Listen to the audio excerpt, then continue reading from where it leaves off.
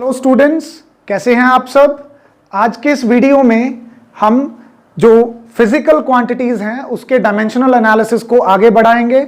Last video में I guess हमने 12 mechanical quantities की फिजिकल डायमेंशंस को देख लिया था, उसके डायमेंशनल फॉर्मूलाज क्या हैं वो पढ़ लिए थे। अभी आज आगे कंटिन्यू करते हैं। वो जो 12 क्वांटिटीज की थी उनको क्या बोलते हैं, मैकेनिकल क्वांटिटीज बोलते हैं, राइट। अभी जो आज क्वांटिटीज आगे पढ़ने जा रहे हैं वो भी मैकेनिकल क्वांटिटीज हैं। So let's begin with 13th mechanical quantity. और जो क्वांटिटी मैं डिस्कस करने जा रहा हूं ये अभी आपके 9th स्टैंडर्ड से ही है। Let's talk about the chapter gravitation. Gravitation में एक कैपिटल जी आया था, universal gravitational constant. Universal gravitational constant, उसके बारे में बात करते हैं। कैसे डिनोट करते थे इसको, कैपिटल जी के साथ। अब आप कहोगे कि कैपिटल जी का तो कोई फॉर्मूला नहीं है, लेकिन फोर्स का तो फॉर्मूला था Gmm/r²। तो वहां से अगर मैं कैपिटल जी का बनाऊं तो फॉर्मूला क्या बनेगा, फोर्स इंटू डिस्टेंस का square upon first mass into second mass. I hope you remember this formula. तो यहां से सबकी डायमेंशन पुट कर दो। एफ क्या है यहां पे, फोर्स। फोर्स की डायमेंशन हमें ऑलरेडी पता है, ml t-2। डिस्टेंस का स्क्वायर, डिस्टेंस की डायमेंशन क्या होती है, l² अपॉन मास m1 की डायमेंशन भी m, मास m2 की भी डायमेंशन m। इसको जरा सॉल्व कर लो m के साथ। यहां पे m कैंसल, ये m ऊपर जाएगा तो m की पावर कितनी लाएगा, -1। l की पावर्स काउंट करो, एक यहां पे है, दो यहां पे हैं, दोनों प्लस की हैं, तो टोटल पावर कितनी हो गई, 3। टाइम की पावर चेक करो, -2। So m raise to power -1, l raise to power 3 and t raise to power -2 is the dimensional formula of universal gravitational constant. और यहां से यूनिट बनाने की कोशिश करें तो newton metre square by kilogram square, right. एक acceleration due to gravity small g आता था, वो एक्सेलरेशन है, हमने ऑलरेडी प्रीवियस वीडियो में उसको डिस्कस कर लिया था। इस चैप्टर के अंदर फ्लोटेशन के भी कॉन्सेप्ट थे 9th स्टैंडर्ड में। तो फ्लोटेशन में हम डेंसिटी और रिलेटिव डेंसिटी की बात करते थे। डेंसिटी का हमने ऑलरेडी डिस्कस कर लिया, मास per unit volume. Relative density का यहां पे देख सकते हैं, क्या होती थी relative density, ratio of density of object या सब्सटेंस भी हो सकता है यहां पे, to the density of water. ठीक है, वाटर की डेंसिटी भी एक स्पेसिफिक टेम्परेचर पे लेते थे, 4 डिग्री सेल्सियस पे।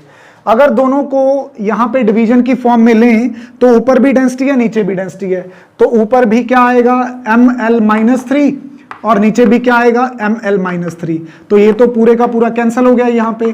तो इसका मतलब इसकी डायमेंशन नहीं होती, m0, l0, t0 कुछ भी नहीं है, तो ऐसे लिख दो खाली। अच्छा, रिलेटिव डेंसिटी की यूनिट्स क्या होती हैं, कोई यूनिट नहीं होती, as it is the ratio of two similar quantities, right. तो रिलेटिव डेंसिटी हमारे पास एक ऐसी फिजिकल क्वांटिटी है जिसका डायमेंशनल फॉर्मूला नहीं है, हम इसको बोलते हैं डायमेंशनलेस फिजिकल क्वांटिटी और unitless physical quantity, right. Next जो यहां पे मैं आपके साथ डिस्कस करना चाहूंगा, इस चैप्टर से नहीं है। साउंड चैप्टर की बात करें तो साउंड चैप्टर में वेवलेंथ पढ़ा था, फ्रीक्वेंसी पढ़ा था, time period. Now wavelength is length, उसका हमें ऑलरेडी पता है कि एल के साथ डिनोट करते हैं। जरा टाइम पीरियड और फ्रीक्वेंसी पे आ जाते हैं। टाइम पीरियड और टाइम में बहुत थोड़ा सा फर्क है।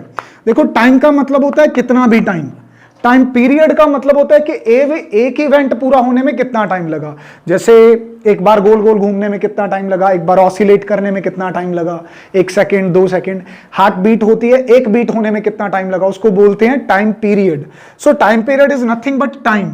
तो टाइम को डिनोट करने का क्या तरीका हो सकता है, सिंपली टी के साथ, राइट। इसकी यूनिट भी क्या है, सेकेंड, एस के साथ डिनोट कर लेते हैं, राइट। नेक्स्ट टर्म जो मैं आपके साथ डिस्कस करना चाहूंगा, इट इज फ्रीक्वेंसी। ठीक है, फ्रीक्वेंसी क्या होता है, 1/टाइम पीरियड,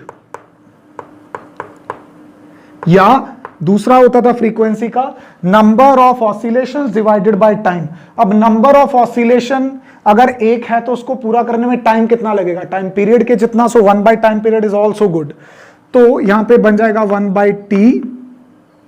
ओके, अब 1 बाय टी को सही करके लिखूंगा तो टी की पावर यहां पे क्या आएगी, -1। फ्रीक्वेंसी की वैसे जो यूनिट है इट इज हर्ट्स, इसके अलावा साइकिल्स पर सेकेंड, ठीक है, या रोटेशंस पर सेकेंड भी इसकी ही यूनिट है।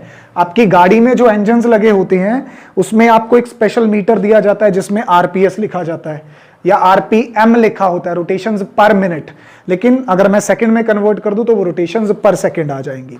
फ्रीक्वेंसी के बाद नेक्स्ट फॉर्मूला जो हमें देखना है यहां पे, they are all related to your +1। तो अभी यहां से थोड़ा अवेयर हो जाना है, बिल्कुल मतलब ध्यान से सीखना है। देखो अदरवाइज क्रैमिंग है, क्योंकि अभी आपने वो क्वांटिटीज पढ़ी ही नहीं है। फिर भी मैं यहां पे जब उनको इंट्रोड्यूस करूंगा तो मैं थोड़ी थोड़ी डिटेल उनकी आपको देता जाऊंगा ताकि आप उनको लर्न कर सको। अच्छा, सबसे पहला जो वर्ड जो फिजिकल क्वांटिटी मैं +1 की यहां पे डिस्कस करना चाहूंगा वो है स्ट्रेस। स्ट्रेस वो मेंटल स्ट्रेस नहीं है, यहां पे स्ट्रेस जो चीजों के ऊपर आता है। देखो किसी भी चीज के ऊपर जब हम फोर्स लगाते हैं तो उस ऑब्जेक्ट का कोई पर्टिकुलर एरिया होता है। फोर्स पर यूनिट एरिया जो हम बाहर से लगाते हैं उसको बोलते हैं प्रेशर। क्या बोलते हैं? प्रेशर। अब इस प्रेशर की वजह से बॉडी की शेप बिगड़ने लगती है, तो उसके अंदर भी एक रीस्टोरिंग फोर्स पैदा होने लगती है। रीस्टोरिंग फोर्स जो चाहती है कि शेप चेंज ना हो, क्योंकि कोई भी चीज अपनी शेप बिगाड़ना नहीं चाहेगी। अच्छा, वो जो फोर्स पैदा हो रही है, that restoring force per unit area is called stress. ठीक है, तो ये क्या होती है अपनी restoring force per unit area. तो है तो ये भी फोर्स, चाहे अंदर से पैदा हो रही है रीस्टोरिंग फोर्स, तो इसका भी फॉर्मूला फोर्स के वाला होगा mlt-2। एरिया का क्या होगा यहां पे, एरिया का होगा यहां पे L²। इसको एक सॉल्व कर देंगे तो एक ऊपर जाके ये बन जाएगा ml-1 t-2, right. These are the dimensions of stress. तो स्ट्रेस और प्रेशर में एक डिफरेंस पता चल गया। Stress is internal, pressure is external. Stress की यूनिट भी यहां पे क्या बनेगी, वही एक्सटर्नल प्रेशर वाली, दैट इज पास्कल। बेटा टेक्निकली ना अगर दोनों की वैल्यू मेजर की जाए तो इक्वल होती है, बस आपको फर्क पता होना चाहिए कि प्रेशर एक्सटर्नल है, स्ट्रेस इंटरनल है। जब किसी चीज पे स्ट्रेस लगाते हैं तो उसकी शेप बिगड़ने लगती है, या तो उसकी अगर वो 1 डायमेंशनल ऑब्जेक्ट है, मैं खींचूं तो लेंथ बढ़ने लगेगी, मतलब चेंज इन क्या आएगा, लेंथ। ठीक है, अगर वो मतलब सरफेस है, दबाऊं तो उसका सरफेस एरिया चेंज हो सकता है, उसका वॉल्यूम चेंज हो सकता है, उसका अपर फेस खिसक सकता है लोअर फेस के कंपैरिजन में। जैसे एक बुक है, हाथ पे रख के उसको आगे की तरफ धकेलूं तो लोअर पोर्शन तो उसका वहीं पे स्टेबल रहता है, अपर पोर्शन आगे को खिसक जाता है। तो इस तरह से जो डायमेंशंस में बदलाव आता है, बॉडी की शेप में बदलाव आता है, उसको बोलते हैं स्ट्रेन। क्या बोलते हैं? स्ट्रेन। कितनी तरह का होता है? काफी तरह का हो सकता है। लॉन्गिट्यूडनल स्ट्रेन हो सकता है, वॉल्यूमेट्रिक स्ट्रेन हो सकता है। अगर अपर फेस खिसक जाए लोअर फेस के कंपैरिजन में तो उसको शियर स्ट्रेन बोलते हैं। ठीक है, स्ट्रेन किसी भी टाइप का हो, लेकिन ये किसके बराबर होता है? Change in dimension. डायमेंशन का मतलब यहां पे आपका हो सकता है लेंथ, वॉल्यूम, या फिर अपर फेस का लोअर फेस के साथ कंपैरिजन ओवर ओरिजिनल डायमेंशन। ठीक है, तो यहां पे दोनों चीजें सेम होंगी। अगर ऊपर लेंथ है तो नीचे भी लेंथ होगी, ऊपर वॉल्यूम है तो नीचे भी वॉल्यूम होगा। ठीक है, तो चेंज का तो कुछ नहीं होता ना, ओरिजिनल का कोई डायमेंशन होता है। यहां पे जो चीज आएगी, whether length upon length, volume upon volume, वो सब क्या हो जाएंगी? कैंसल। तो इसकी कोई डायमेंशन नहीं बनेगी आपके पास, m0, L0, T0, ना ही इसकी कोई यूनिट होगी। मतलब रिलेटिव डेंसिटी की तरह जो स्ट्रेस है वो भी डायमेंशनलेस और यूनिटलेस है। ठीक है, स्ट्रेस के बाद आगे बढ़ते हैं नेक्स्ट क्वांटिटी पे। नेक्स्ट क्वांटिटी जो मैं आपके साथ यहां पे डिस्कस करूंगा वो स्ट्रेस और स्ट्रेन के साथ ही रिलेटेड है। तो बेटा ये जो क्वांटिटीज मैं आपको पढ़ा रहा हूं ना, ये बड़े टेक्निकल वे से पढ़ा के चल रहा हूं ताकि आपको आगे की क्वांटिटी डिस्कस करने के लिए पीछे उसका रॉ मटेरियल ऑलरेडी क्या हो, अंडरस्टूड हो। यहां पे अगली क्वांटिटी जो मैं डिस्कस करने जा रहा हूं, एज आई टोल्ड, वो स्ट्रेस और स्ट्रेन से जुड़ी है। देखो आप किसी चीज के ऊपर प्रेशर लगाते हो तो उसमें स्ट्रेस पैदा होता है, स्ट्रेस की वजह से उसकी क्या चेंज होती है, शेप चेंज होती है प्रेशर की वजह से। तो कितना प्रेशर लगाने पे कितनी उसकी शेप चेंज हुई, हम उसको बोलते हैं मॉडुलस ऑफ इलास्टिसिटी। क्या बोलते हैं? Modulus of elasticity. Elasticity word आपने सुना है अपनी लाइफ में। इलास्टिसिटी का मतलब होता है किसी चीज की कैपेबिलिटी, किसी चीज की क्षमता अपनी ओरिजिनल शेप में वापस आने की। जितना वो ज्यादा वापस आना चाहेगी उतनी उसकी इलास्टिसिटी ज्यादा होगी। ये आपकी रेगुलर लाइफ से उल्टा है बिल्कुल। आप किसी चीज को इलास्टिक कब बोलते हो? जब वो ज्यादा स्ट्रेच हो सके। नहीं, कोई चीज इलास्टिक तब होती है जब वो ओरिजिनल शेप में वापस आ जाए। तो यहां पे हम फिजिक्स में पढ़ते हैं कि steel is more elastic than rubber. हैरानी होगी आपको ये सोच के कि सर स्टील की वायर लूं, उसको खींचूं, रबर लूं, उसको खींचूं, तो रबर को खींचना आसान है, तो इलास्टिक रबर ज्यादा हुई। बेटा मैं फिर से कह रहा हूं कि आपने डेफिनेशन गलत सीखी हुई है अपनी लाइफ में। तो लाइफ के अंदर इलास्टिसिटी का फिनोमेना टोटली डिफरेंट है। फिजिक्स वाला फिनोमेना क्या है कि कोई चीज जल्दी शेप में वापस आना चाहे तो उसकी इलास्टिसिटी ज्यादा है। तो अगर आप रबर को और एक स्टील के वायर को खींचो इक्वल अमाउंट से तो स्टील वायर जल्दी वापस आएगी। इसका मतलब स्टील की इलास्टिसिटी ज्यादा है। ठीक है, इस बात को ध्यान रखना। तो मॉडुलस ऑफ इलास्टिसिटी होता है stress divided by strain. Stress का डायमेंशन अभी हमने पढ़ लिया है, m L-1 T-2। स्ट्रेन जो है उसका तो कोई डायमेंशन ही नहीं है, वो तो डायमेंशनलेस है। तो अगर वो डायमेंशनलेस है तो इसका मतलब मॉडुलस ऑफ इलास्टिसिटी का डायमेंशन यहां पे सॉल्व करने के बाद वही आ जाएगा जो किसका है, एक्चुअली स्ट्रेस का है।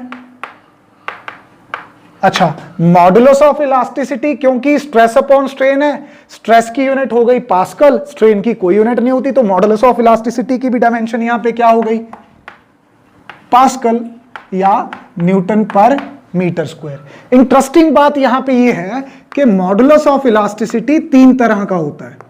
कितने टाइप का? ध्यान से सुनना इस बात को, इस पे बहुत सारे न्यूमेरिकल डिपेंड है। एक तो होता है यंग्स मॉडुलस, किसके साथ डिनोट करते हैं, वाई के साथ। ये डील करता है लॉन्गिट्यूडनल चीजों के साथ, वन डायमेंशनल चीजों के साथ। ठीक है, उसके longitudinal stress by longitudinal strain. दूसरा होता है बल्क मॉडुलस। क्या होता है? Bulk modulus.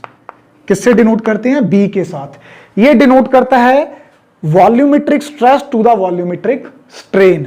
एक तीसरी टाइप होती है शियर स्ट्रेन, या इसको कई बार मॉडुलस ऑफ रिजिडिटी भी बोला जा सकता है। क्या बोला मैंने, ये नया सा शब्द, रिजिडिटी।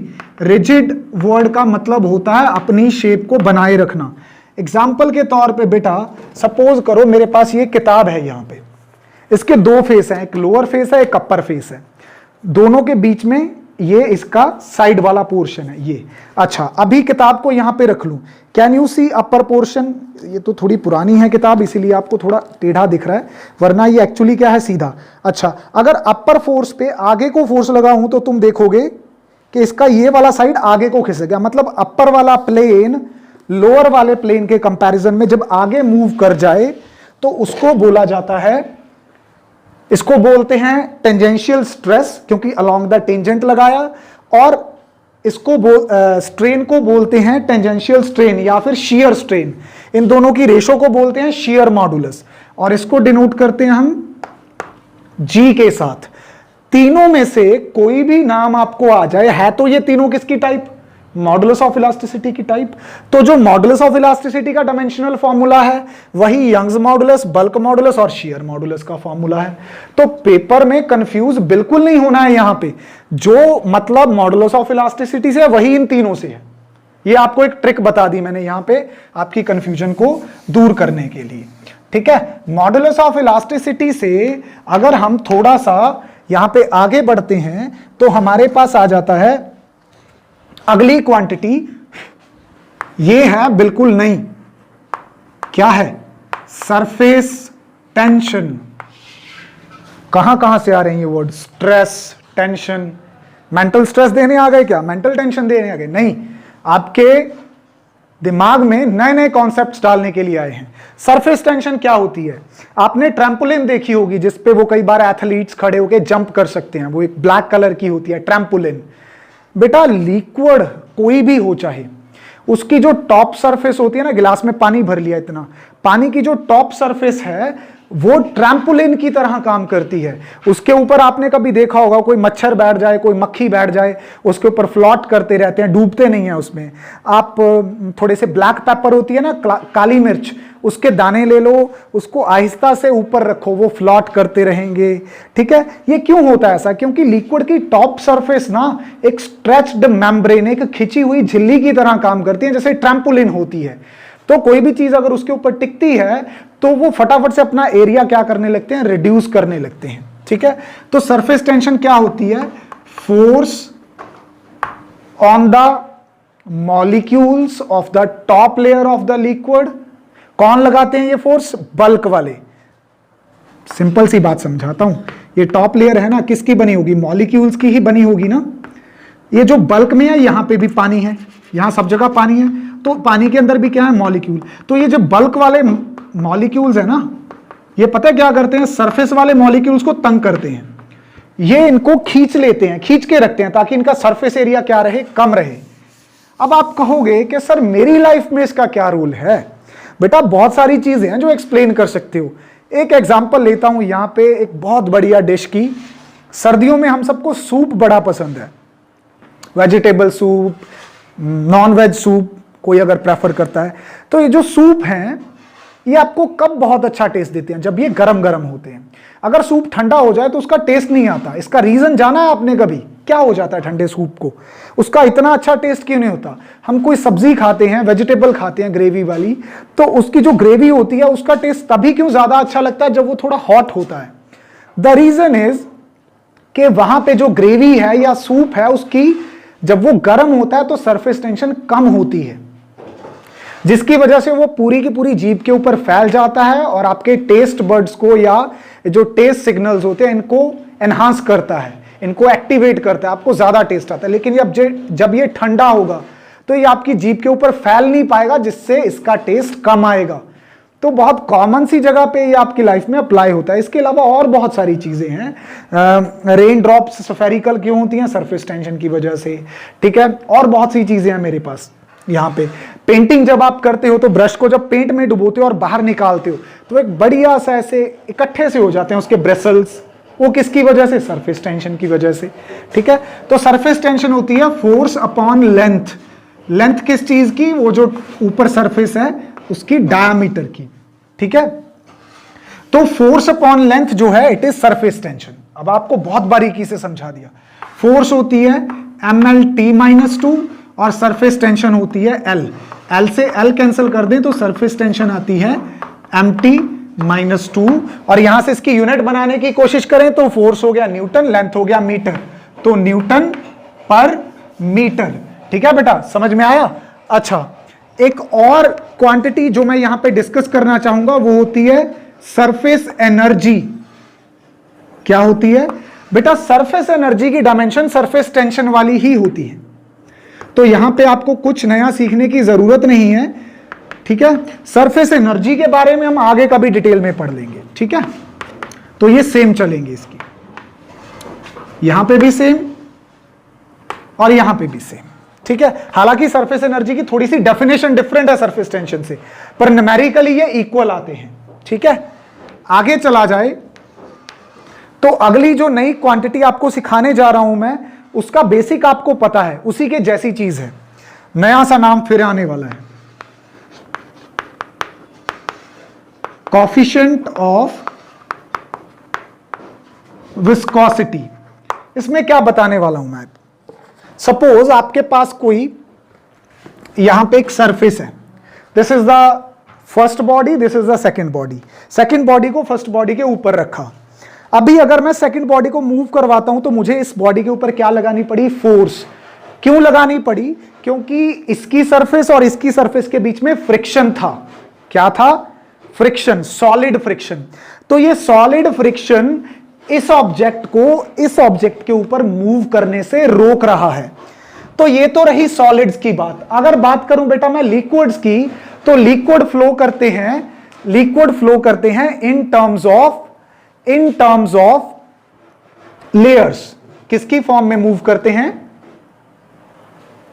तो अगर हम यहीं पे लिक्विड का केस लेके चलें, लिक्विड की डिफरेंट लेयर्स होती हैं। लिक्विड जब भी फ्लो करता है, we can say a lot many layers of liquid are flowing, और हर एक अपर लेयर को, ये जो बॉटम वाली लेयर है, ये आगे बढ़ने से रोकती है।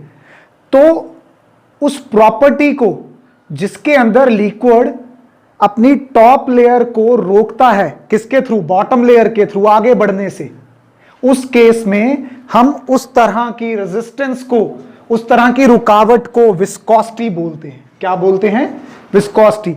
तो जिस तरह से solid friction relative motion in case of solids को डिनोट करता है, वैसे ही यहां पे विस्कोसिटी किसको डिनोट करती है, लिक्विड फ्रिक्शन को डिनोट करती है। और वो लिक्विड फ्रिक्शन हर एक टाइप के लिक्विड के लिए अलग अलग होता है। जैसे अगर हम हनी की बात करें, ग्लिसरीन की बात करें, तो उसमें विस्कोसिटी ज्यादा होती है। अगर हम वाटर की बात करें, अल्कोहल की बात करें, उसकी विस्कोसिटी कम होती है। ये विस्कोसिटीज हमारे लिए हमारी डेली लाइफ में कितना रोल प्ले करती हैं, बहुत मेजर रोल प्ले करती हैं। देखो बेटा, किसी मशीन के लिए जब हम लुब्रिकेंट बनाते हैं तो हम वहां पे विस्कोसिटी स्टडी करते हैं उसकी, ठीक है। जो हम इंजन्स के अंदर ऑयल्स डालते हैं ताकि उनकी मोशन जो है वो अच्छा रहे, तब हम विस्कोसिटी स्टडी करते हैं। मैकेनिकल इंजीनियरिंग में विस्कोसिटी का बहुत ज्यादा ख्याल रखा जाता है। तो यहां पे कोफिशिएंट ऑफ विस्कोसिटी को कैसे डिफाइन करते हैं हम, तो कोफिशिएंट ऑफ विस्कोसिटी का जो हमारे पास फॉर्मूला होता है वो होता है force per unit area per unit, यहां पे क्या आ जाता है, वेलोसिटी ग्रेडियंट। क्या बोल रहा हूं मैं यहां पे, वेलोसिटी ग्रेडियंट। अब आप कहोगे कि सर ये वेलोसिटी ग्रेडियंट वर्ड क्या है। बेटा फिजिक्स के अंदर ना जो चीजें बदलती हैं वो या तो टाइम के साथ बदलती हैं या वो डिस्टेंस के साथ बदलती हैं। जैसे हमने मोशन स्टडी किया है, वहां पे जो भी चीज बदल रही थी वो किसके विद रिस्पेक्ट टू बदल रही थी, टाइम के साथ। उसी तरह फिजिक्स में चीजें डिस्टेंस के साथ भी बदलती हैं। उनमें से विस्कोसिटी एक है। मतलब अगर यहां पे पानी भरा हो मेरे पैरों से लेके यहां तक, तो इन दो लेयर्स के बीच में विस्कोसिटी कुछ और है। यहां अगर थोड़ी और डेप्थ पे चले जाएं विस्कोसिटी कुछ और है, और ज्यादा डेप्थ पे चले जाएं तो विस्कोसिटी कुछ और है। तो यहां पे चीजें डिस्टेंस के साथ बदल रही हैं। जहां भी चीजें डिस्टेंस के साथ बदलें वहां पे वर्ड ग्रेडियंट आ जाता है। तो वेलोसिटी ग्रेडियंट का मतलब है वेलोसिटी पर यूनिट डिस्टेंस, ठीक है। Force per unit area per unit velocity gradient. ये आपको अभी जितना मैं बता सकता था उतना आपको मैक्सिमम बता दिया, वरना ये डिटेल में +1 की फिजिक्स में पढ़ना है हमें। तो फोर्स क्या हो गया यहां पे, mlt-2 अपॉन एरिया हो गया यहां पे L2, velocity lt-1 upon distance का हो गया L। देखो ये सब याद रहेंगे तो आसानी रहेगी। L के साथ L कैंसल, यहां पे L के साथ एक पावर कैंसल। ध्यान से देखना क्या बचा है, M तो एक ही है, L नीचे एक बचा है, ऊपर जाएगा तो पावर -1। टाइम की पावर -2 ऊपर है, ये -1 ऊपर जाएगा तो +1 बनेगा, और क्या बचेगा, सिर्फ -1 बचेगा।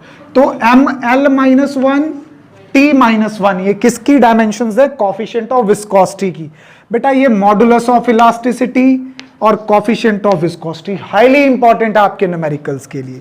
अच्छा यहां पे हम यूनिट्स चेक करें तो जो कोफिशिएंट ऑफ विस्कोसिटी की यहां पे यूनिट्स हैं वो या तो न्यूटन, बना के देखो आप क्या बनेगी, न्यूटन, यहां पे आएगा मीटर स्क्वायर, यहां पे आएगा मीटर पर सेकंड, यहां पे आएगा अगेन मीटर। तो मीटर के साथ मीटर यहां पे क्या हो जाएगा, कैंसल हो जाएगा, ठीक है। बना के देख लो एक बार। न्यूटन पर एरिया की हो गई मीटर स्क्वायर, इनटू वेलोसिटी की हो गई मीटर पर सेकंड, और साथ में ओवर क्या आ गया, अगेन डिस्टेंस का मीटर। तो मीटर के साथ मीटर कैंसल है, क्या बनेगी यूनिट, न्यूटन मीटर की पावर -2 ऊपर जाके, और टाइम की पावर सेकंड की पावर +1। तो ये यूनिट्स हैं, राइट। न्यूटन पर मीटर स्क्वायर को हम कई बार पास्कल भी बोल देते हैं, तो पास्कल पर सेकंड भी इसी की यूनिट है। That totally depends on you. अच्छा, कोफिशिएंट ऑफ विस्कोसिटी सीखने के बाद अगली जो यूनिट हम यहां पे कंटिन्यू कर सकते हैं, let's continue from 21st। Mechanical तो आज खत्म कर ही लेते हैं फटाफट से, थोड़ी सी रह गई हैं बस। एक बार डिफिकल्ट लगेगा, but slowly and steadily you are going to learn that. इतना भी मुश्किल नहीं है कि हम थोड़ा सा टाइम इसको ना डिवोट कर सकें। 21st क्वांटिटी जो मैं यहां पे डिस्कस करने वाला हूं वो है एंगल। एंगल तो हमने प्रीवियसली डिस्कस कर लिया है, क्या होता है, आर्क अपॉन रेडियस।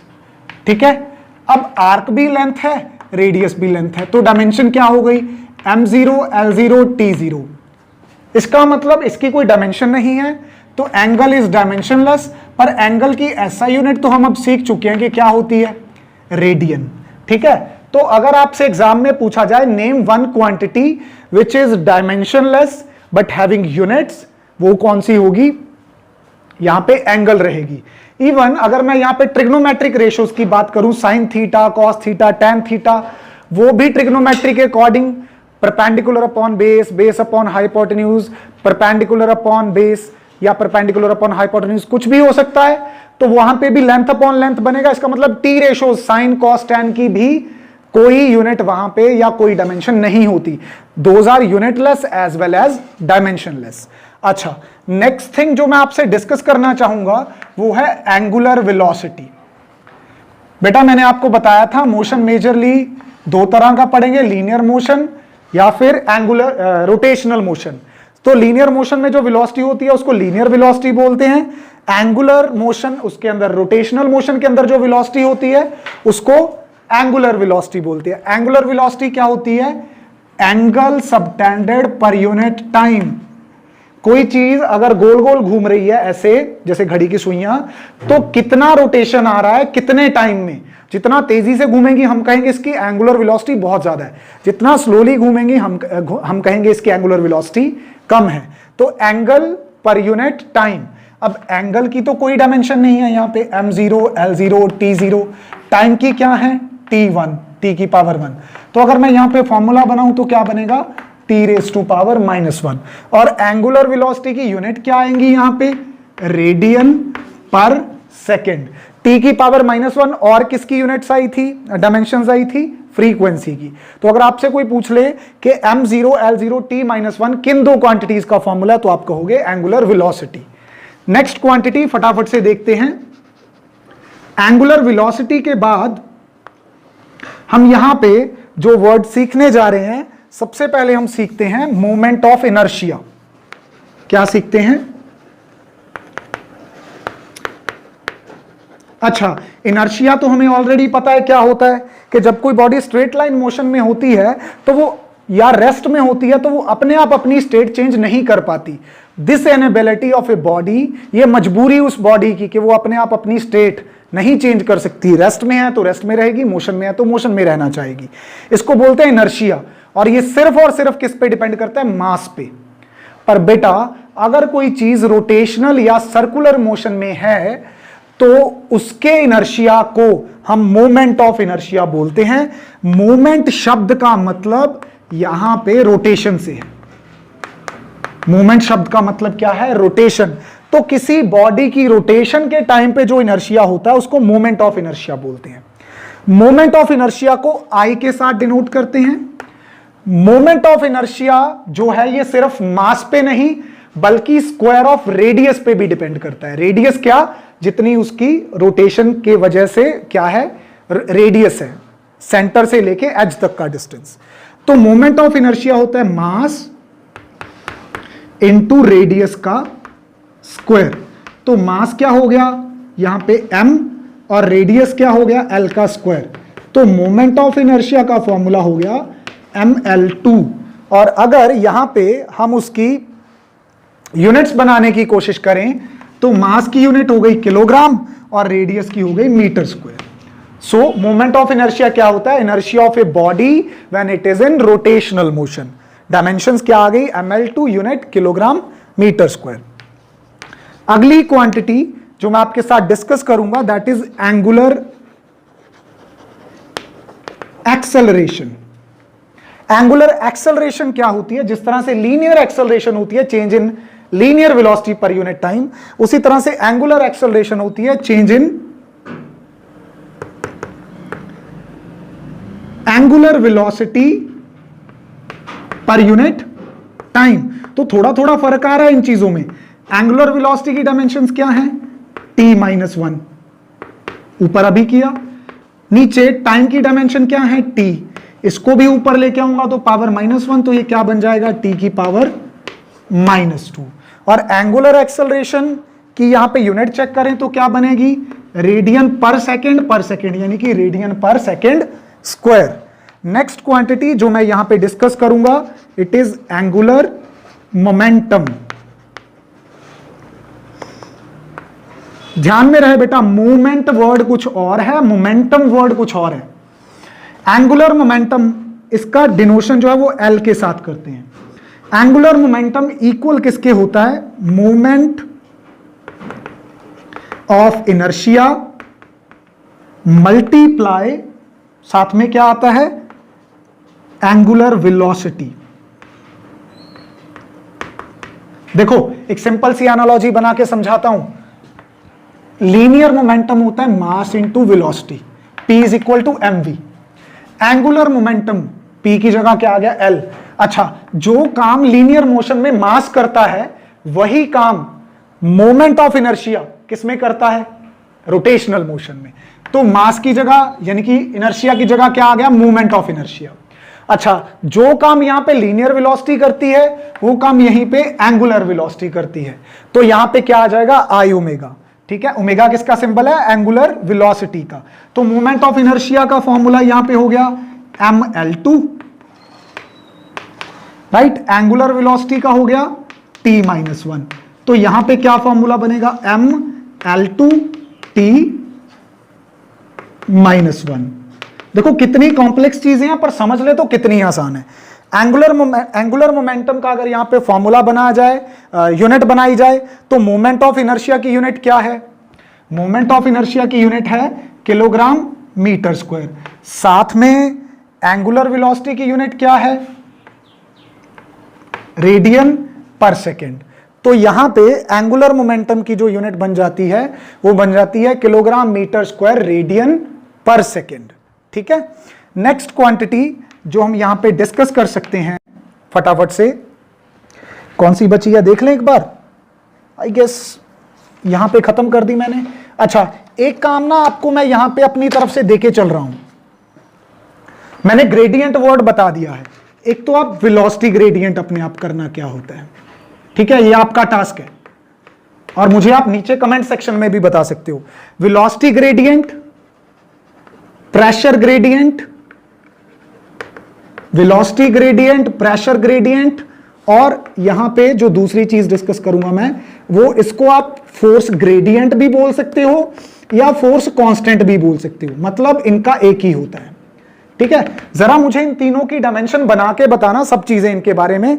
ग्रेडियंट शब्द का मतलब मैंने तुम्हें ऑलरेडी बता दिया है, वो क्या होता है? ग्रेडियंट का मतलब होता है जिस वर्ड के साथ ग्रेडियंट वर्ड लगा हो वो चीज का चेंज विद रिस्पेक्ट टू क्या आता है? Distance. That's all about today's lecture. Hope you have understood all the things. Thank you.